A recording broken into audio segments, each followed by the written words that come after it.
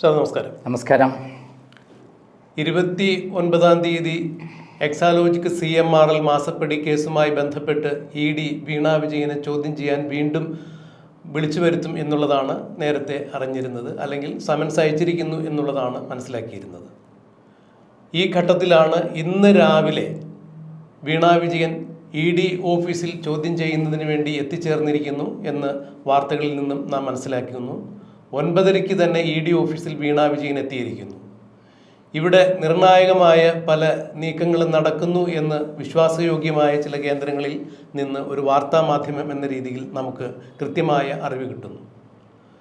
അതായത് serious fraud investigation office അന്വേഷിച്ച 134 തെളിവുകളും അനുബന്ധ രേഖകളും PMLA കോടതി EDക്ക് കൈമാറണം എന്നുള്ള ഉത്തരവിറങ്ങിയിട്ടും സാങ്കേതിക പ്രശ്നങ്ങളാൽ അത് EDക്ക് കൈമാറുന്നതിൽ കുറച്ച് കാലതാമസം നേരിട്ടു. അത് കഴിഞ്ഞ 2 ദിവസങ്ങൾക്കുള്ളിലാണ് EDക്ക് ആ രേഖകളെല്ലാം കിട്ടിയത്. ഈ സാഹചര്യത്തിൽ 29-ാം തീയതി വീണയെ ചോദ്യം ചെയ്യുന്നു എന്നുള്ളത് ഒരു അറിയിപ്പിനെ മറികടന്നുകൊണ്ട് ഇന്ന് തന്നെ വീണ വിജയൻ ചോദ്യം ചെയ്യലിന് ഹാജരാകുമ്പോൾ, സാധാരണഗതിയിൽ ചോദ്യം ചെയ്യാൻ വിളിച്ചു വരിക്കും സമൻസ് അയക്കുമ്പോൾ അസുഖമാണ് എന്നുള്ള കാരണം കാണിച്ച് ആദ്യ തവണ ചോദ്യം ചെയ്യാൻ എത്താതിരുന്ന വീണ വിജയൻ 3-ാം തവണ, അതായത് ഒരു പ്രാവശ്യം അതിനുശേഷം ചോദ്യം ചെയ്യലിന് ഹാജരായി, വീണ്ടും 3-ാം തവണ നോട്ടീസ് അയച്ചതിന് ദിവസങ്ങൾക്ക് മുൻപ് തന്നെ വീണ വിജയൻ ED ഓഫീസിൽ ഹാജരാകുമ്പോൾ ഇതിൽ നിർണായകമായ പല നീക്കങ്ങളും അന്തർലീനമായിരിക്കുന്നു. അസ്വാഭാവികമായ ഒരു നീക്കമാണ് നടന്നിരിക്കുന്നത് എന്നാണ് ചൂണ്ടിക്കാണിക്കപ്പെടുന്നത്. എങ്ങനെയാണ് നന്ദകുമാർ സർ ഇതിനെ നോക്കിക്കാണുന്നത്? അതായത് എൻഫോഴ്സ്മെൻറ്റ് റെഡിയായിരിക്കുന്നു വീണ വിജയനെ അറസ്റ്റ് ചെയ്യാൻ. അത് തന്നെയാണ് ഇപ്പോൾ ഉണ്ടായിട്ടുള്ള മാറ്റം. ഷോൺ ജോർജിൻ്റെ ഇടപെടൽ കൃത്യമായിട്ട് കേന്ദ്ര BJP അംഗീകരിച്ചിരിക്കുന്നു. കാരണം ഇന്നലെ വരെ കേരളത്തിലെ BJP CJP ആയിരുന്നു. പിണറായി വിജയനും കേരളത്തിലെ BJPയും കൂടെ കൂടിച്ചേർന്നുള്ള തീരുമാനങ്ങളാണ് ഉണ്ടായിരുന്നത്. അതുകൊണ്ടാണ് കഴിഞ്ഞ 10 വർഷമായി സുഗമമായി പിണറായി വിജയൻ കേരളത്തിൽ ഭരിക്കാൻ പറ്റിയത്. അല്ലെങ്കിൽ 2020 മാർച്ച് മാസത്തിൽ നയതന്ത്ര ബാഗേജിലൂടെ സ്വർണ്ണക്കളകൾ നടന്നപ്പോൾ തന്നെ പിണറായി വിജയനും കുടുംബവും ജയിലിൽ പോകേണ്ടായിരുന്നു. അതിന് ശേഷമുണ്ടായിട്ടുള്ള ധാരാളം സംഭവങ്ങൾ പുറത്തു വന്നു. അതിലൊന്നും തന്നെ പിണറായി വിജയനെയോ കുടുംബത്തെയോ തൊട്ടില്ല. എന്നാൽ കോൺഗ്രസ് മുക്ത ഭാരതം എന്ന് പറഞ്ഞുകൊണ്ട് ഇത്രയും കാലം പിടിച്ചു വെച്ച ശേഷം ഇനി കോൺഗ്രസ് ഇവിടെ ഉണ്ടാവില്ല, തകർന്ന് തരിപ്പണമാകും എന്നുള്ളതായിരുന്നു BJPയുടെ പ്ലാൻ. എന്നാൽ അങ്ങനെയല്ല ഉണ്ടായത്. ഇവിടെ CPM തകർന്ന് തരിപ്പണമായി. കോൺഗ്രസ് വീണ്ടും ശക്തമായ രൂപത്തിൽ അധികാരത്തിൽ വന്നു, അതും മൃഗീയമായ ഭൂരിപക്ഷത്തിൽ.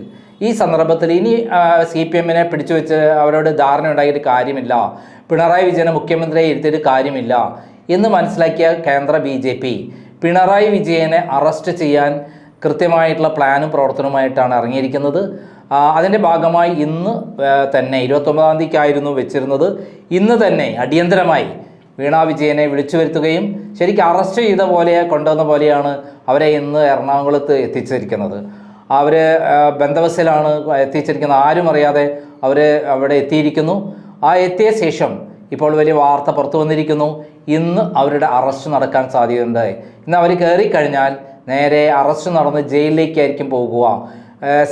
ഇവരുടെ CMRL കമ്പനിയുമായി ബന്ധപ്പെട്ട SFI അന്വേഷണത്തിൽ നിന്ന് കിട്ടിയ 134 രേഖകൾ, കോടതിയിൽ സമർപ്പിച്ച 134 രേഖകൾ SFIO ഇപ്പോൾ എൻഫോഴ്സ്മെൻറ്റ് കൈമാറിക്കഴിഞ്ഞു. ആ എൻഫോഴ്സ്മെൻറ്റ് രേഖകളിൽ നിന്ന് കൃത്യമായിട്ട് അതിൽ വീണ വിജയൻ്റെ ഫോറൻസിക് ലാബിൽ നിന്ന് പരിശോധിച്ച അവരുടെ ഫോൺസിൻ്റെ ഡീറ്റെയിലും ക്ലൗഡിൽ അവർ സൂക്ഷിച്ച രഹസ്യ വിവരങ്ങളെല്ലാം തന്നെ കൃത്യമായി ഇന്ന് കിട്ടാൻ പോകുന്നു എന്നുള്ള വിവരമാണ് പുറത്തു വരുന്നത്. അതിലുപരിയായിട്ട് ആ രേഖകൾ വളരെ ഗൗരവമുള്ളതാണ്. ഒരു മിനിറ്റ് പോലും ഇനി നിർത്തിവെക്കാൻ പറ്റില്ല, അത്രയും ഗൗരവമുള്ള രേഖകളാണ് കിട്ടിയിരിക്കുന്നത്. അതിന് അറസ്റ്റ് തന്നെയാണ് ഉചിതം എന്ന് എൻഫോഴ്സ്മെൻറ്റ് തീരുമാനിച്ചിരിക്കുന്നു. എന്നതിൻ്റെ അടിസ്ഥാനത്തിലാണ് അടിയന്തരമായി ഇന്നലെ 134 രേഖകൾ കിട്ടുന്നു. അതിൽ അവരുടെ രഹസ്യ വിവരങ്ങളെല്ലാം കൈക്ക് പറ്റുന്നു. അതിൽ കണ്ടെത്തിയ ഞെട്ടിക്കുന്ന വിവരങ്ങൾ ഒരു കാരണവശാലും ഒരു ദിവസം പോലും ഇനിയിപ്പം അവരെ നിർത്താൻ പാടില്ല, അവരെ അറസ്റ്റ് ചെയ്തേ പറ്റുള്ളൂ എന്നുള്ളത് കൊണ്ട് തന്നെയാണ് ആ സുപ്രധാനമായ രേഖകൾ കൊണ്ട് ഇപ്പോൾ അവർ വിളിച്ചു വരുത്തിയിരിക്കുന്നത്. അത് ഇന്ന് അറസ്റ്റിലേക്കായിരിക്കും പോകുക എന്നുള്ള വിവരമാണ് പോകുന്നത്. അതുമാത്രമല്ല, ഇത് കഴിഞ്ഞാൽ മകനെ അബുദാബി കൊമേഴ്സ്യൽ ബാങ്കിലേക്കുള്ള ഒരു അടുത്ത അന്വേഷണമായിരിക്കും ഉണ്ടാകുക. അടുത്ത അന്വേഷണത്തിൽ അബുദാബി കൊമേഴ്സ്യൽ ബാങ്കിൽ വന്ന പണത്തിൻ്റെ കോടിക്കണക്കിന് രൂപയുടെ അനധികൃതമായി വന്ന പണത്തിൻ്റെ എല്ലാ വിവരങ്ങളും അവരിപ്പോൾ ചകഞ്ഞെടുക്കും. അങ്ങനെയാണെങ്കിൽ അടുത്തത് മകനെ ആയിരിക്കും അറസ്റ്റ് ചെയ്യുക. അതും വളരെ ഗൗരവമായിട്ട് പെട്ടെന്നായിരിക്കും. അതിൻ്റെ അടുത്തത് പിന്നെ പിണറായി വിജയനിലേക്ക് പോകും. ഇതോടുകൂടി കേരളത്തിൽ CPM എന്ന് പറയുന്ന പ്രസ്ഥാനം പൂർണ്ണമായിട്ട് ഇല്ലാതാകും എന്നുള്ളതാണ് സത്യം. പൊട്ടിത്തകർന്ന് തരിപ്പണമാകും. അത് കൃത്യമായി പ്ലാൻ ചെയ്തുകൊണ്ട് തന്നെയാണ് കൃത്യമായ തെളിവുകളുടെ അടിസ്ഥാനത്തിൽ ഈ കാര്യം നടന്നത്. എന്തായാലും ഷോൺ ജോർജിന് അദ്ദേഹത്തിൻ്റെ ശക്തമായ പോരാട്ടത്തിന് റിസൾട്ട് ഉണ്ടാകാതിരിക്കുന്നു. വർഷങ്ങൾ കാത്തിരുന്നെങ്കിലും അദ്ദേഹത്തിന് സമയത്ത് ഈ കാര്യങ്ങൾ നടന്നില്ലെങ്കിലും കേരളത്തിൽ ഭരണം മാറിയതോടെ കേന്ദ്ര ഗവൺമെൻറ്റിന് പച്ചക്കൊടി കാട്ടിയിരിക്കുന്നു. ഇനി മേലിൽ പിണറായി വിജയനുമായി ധാരണ വേണ്ട എന്നുള്ള തീരുമാനം നടപ്പിലാക്കാൻ അവർ തയ്യാറായിരിക്കുന്നു. പിണറായി വിജയനായിട്ടുള്ള കൂട്ടുകെട്ട് കേരളത്തിലെ BJPയെ നശിപ്പിച്ചിട്ടേ ഉള്ളൂ. ചില നേതാക്കന്മാരുടെ കേശ വീർപ്പിച്ചു എന്നല്ലാതെ വേറെ ഒന്നും ഉണ്ടായിട്ടില്ല. മാത്രമല്ല ഷോൺ ജോർജ് പറഞ്ഞാൽ ഇങ്ങനെ അറസ്റ്റ് ചെയ്ത് കഴിഞ്ഞാൽ ഞാൻ അടുത്ത ലോക്സഭാ ഇലക്ഷനിൽ 5 ലോക്സഭാ സീറ്റ് ഞാൻ പിടിച്ചു തന്നിരിക്കും എന്ന് കൃത്യമായി കേന്ദ്ര ഗവൺമെൻറ്റിന് കേന്ദ്ര BJPക്ക് ഉറപ്പ് കൊടുത്തിട്ടുണ്ട്. ആ 5 സീറ്റ് പിടിക്കാമെന്ന് പറഞ്ഞാൽ 35 സീറ്റ് പിടിച്ചതിന് തുല്യമാണ് നിയമസഭാ സീറ്റ്. അപ്പോൾ അങ്ങനെ BJP അടുത്ത തവണത്തേക്ക് ഞാൻ റെഡിയാക്കി തരാമെന്നുള്ള ഒരു ഓഫറും കൊടുത്തിട്ടുണ്ട്. സാർ, ഇവിടെയാണ് എടുത്തു പറയേണ്ട ഒരു വസ്തുത. കാരണം 2016-17 കാലഘട്ടത്തിലാണ് വീണ വിജയനും എക്സാലോജിക്കും തമ്മിൽ ഇന്ന് നടന്നു എന്ന് പറയപ്പെടുന്ന ഈ തട്ടിപ്പിന് ആധാരമായിട്ടുള്ള എഗ്രിമെൻ്റ് ഉണ്ടാക്കുന്നത്. അങ്ങനെയെങ്കിൽ അതിനുശേഷം കേന്ദ്രം 3 തവണയാണ് BJP ഭരിച്ചത്. കേരളം 2 തവണ പിണറായി വിജയൻ ഭരിക്കുകയുണ്ടായി. ഈ സമയത്ത് ഈ അന്വേഷണത്തിൽ ഇപ്പോൾ കണ്ടെത്തിയിരിക്കുന്ന കാര്യങ്ങളെല്ലാം തന്നെ നേരത്തെ കണ്ടെത്തിയിരുന്ന കാര്യങ്ങൾ തന്നെയാണ്. അതിൽ നിന്ന് വ്യത്യസ്തമായ ഒരു കാര്യം പോലും ഇപ്പോൾ പുതിയതായി കണ്ടെത്തിയിട്ടില്ല. സീരിയസ് ഫ്രോഡ് ഇൻവെസ്റ്റിഗേഷൻ ഓഫീസ് അന്വേഷിച്ച് കണ്ടെത്തിയ അതേ കാര്യങ്ങൾ നേരത്തെ തന്നെ വെളിവാക്കപ്പെട്ടിട്ടുള്ളതാണ്. എന്നിട്ടും കേന്ദ്ര സർക്കാരിൻ്റെ ഒരു കൃത്യമായ സഹായം കേരളത്തിലെ പിണറായി വിജയൻ സർക്കാരിന് ലഭിച്ചതിൻ്റെ പേരിൽ തന്നെയാണ് അദ്ദേഹത്തിൻ്റെ മകൾക്കെതിരെയുള്ള ഇത്തരം നടപടിക്രമങ്ങൾ വൈകിച്ചത് എന്ന് സാമാന്യേന ജനങ്ങൾ സംശയിച്ചിരുന്നത് ഇപ്പോൾ ഏതാണ്ട് ശരിയായ മട്ടിൽ തന്നെയല്ലേ പുതിയ നടപടിക്രമങ്ങൾ കാണുമ്പോൾ വിലയിരുത്തൽ? 100% സത്യസന്ധമായ വിലയിരുത്തലാണല്ലോ ഇത്. കാരണം ഞാൻ അനുഭവസ്ഥനല്ലേ. 2014 ലാവ്ലിൻ കേസിൽ തിരുവനന്തപുരം CBI കോടതിയിൽ കേസ് ഡിസ്ചാർജ് പെറ്റീഷൻ കൊടുക്കുന്നത്. അതുവരെ അവിടെ ആയിരുന്ന CBI പ്രോസിക്യൂട്ടറെ മാറ്റി പിണറായി വിജയൻ അനുകൂലമായി സംസാരിക്കുന്ന സതീഷിനെയാണ് അവിടെ പിന്നെ നിയമിച്ചത്. അവിടെ വന്ന് സതീശൻ പറഞ്ഞത് പിണറായിക്ക് അനുകൂലമായി, ഞാനാണ് എതിർക്കാനുണ്ടായിരുന്നത്, ഞാൻ ഫൈറ്റ് ചെയ്യുമായിരുന്നു ഒറ്റയ്ക്ക്. എന്നാൽ പിണറായി വിജയന് വേണ്ടിയിട്ട് കേന്ദ്രം തന്നെ CBI തന്നെ വന്നോടെ ആ കേസ് അട്ടിമറിക്കുക. അനിൽകുമാർ എന്ന് പറയുന്ന പ്രോസിക്യൂട്ടറായിരുന്നു അതുവരെ ശക്തമായി കൃത്യമായി വാദിച്ചുകൊണ്ടിരുന്നത്. ആ അനിൽകുമാർ ആയിരുന്നെങ്കിൽ ഒരിക്കലും ഡിസ്ചാർജ് പെറ്റീഷൻ അനുവദിക്കില്ലായിരുന്നു. എന്നാൽ പിന്നീട് രണ്ടാമത്തെ കാര്യം കൂടെ എന്നോട് MK ദാമോദരൻ പിണറായി വിജയൻ്റെ അഭിഭാഷകം പറഞ്ഞു. അവിടുത്തെ ജഡ്ജിന് 5 കോടി ഉറുപ്പിക എടുത്തിട്ടാണ് ഇതൊക്കെ ചെയ്തതെന്ന് എന്നോട് പറയുണ്ടായി.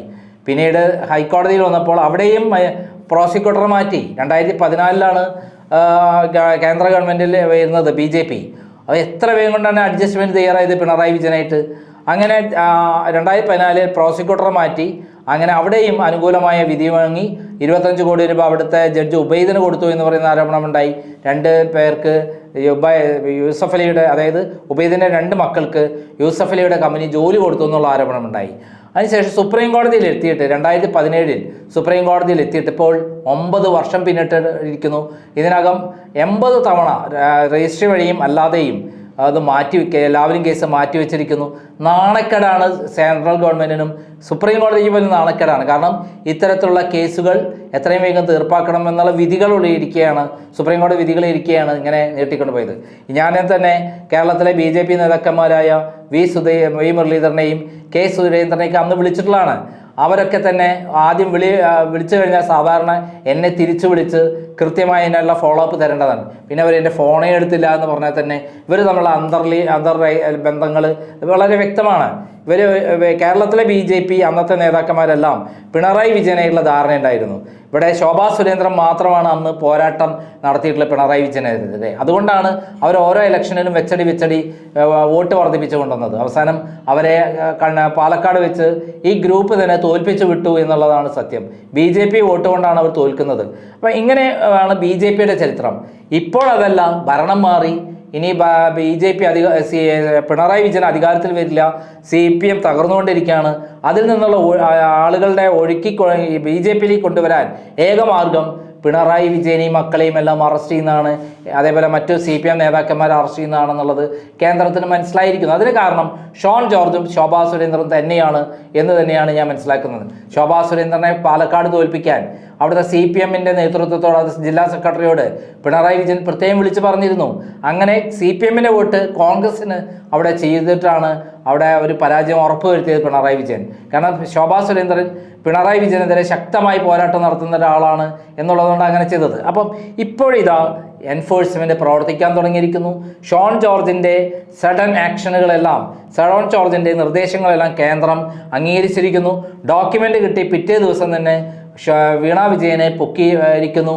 അവരിപ്പോൾ എൻഫോഴ്സ്മെൻറ്റ് കസ്റ്റഡിയിലാണ്, ചോദ്യം ചെയ്യൽ നടന്നുകൊണ്ടിരിക്കുകയാണ്. ആ ചോദ്യം ചെയ്യൽ ഒരു അറസ്റ്റിലേക്ക് പോകും എന്നുള്ളത് തന്നെയാണ് എന്നോട് PC ജോർജ് എന്ന് വിളിച്ചപ്പോൾ പറഞ്ഞത്. അതോടൊപ്പം അടുത്ത ദിവസം പിണറായി വിജയനെയും അറസ്റ്റ് ചെയ്യുമെന്ന് അദ്ദേഹം തീർത്തു പറഞ്ഞിട്ടുണ്ട്. എന്തായാലും ഇന്ന് വീണ വിജയനെ സംബന്ധിച്ചിടത്തോളം വളരെ നിർണായകം തന്നെയായിരിക്കും. ചോദ്യം ചെയ്യൽ നീളുകയോ അല്ലെങ്കിൽ ചോദ്യം ചെയ്യലിനൊടുവിൽ വീണ വിജയന് നിയമപരമായ നടപടി കുരുക്കുണ്ടാകും എന്ന് തന്നെയാണ് നിയമവൃത്തങ്ങൾ ചൂണ്ടിക്കാണിക്കുന്നത്. എന്തായാലും ഈ കാര്യത്തിൽ ഇനി എന്ത് സംഭവിക്കും എന്നുള്ളത് കണ്ടറിയാൻ കാത്തിരിക്കുക.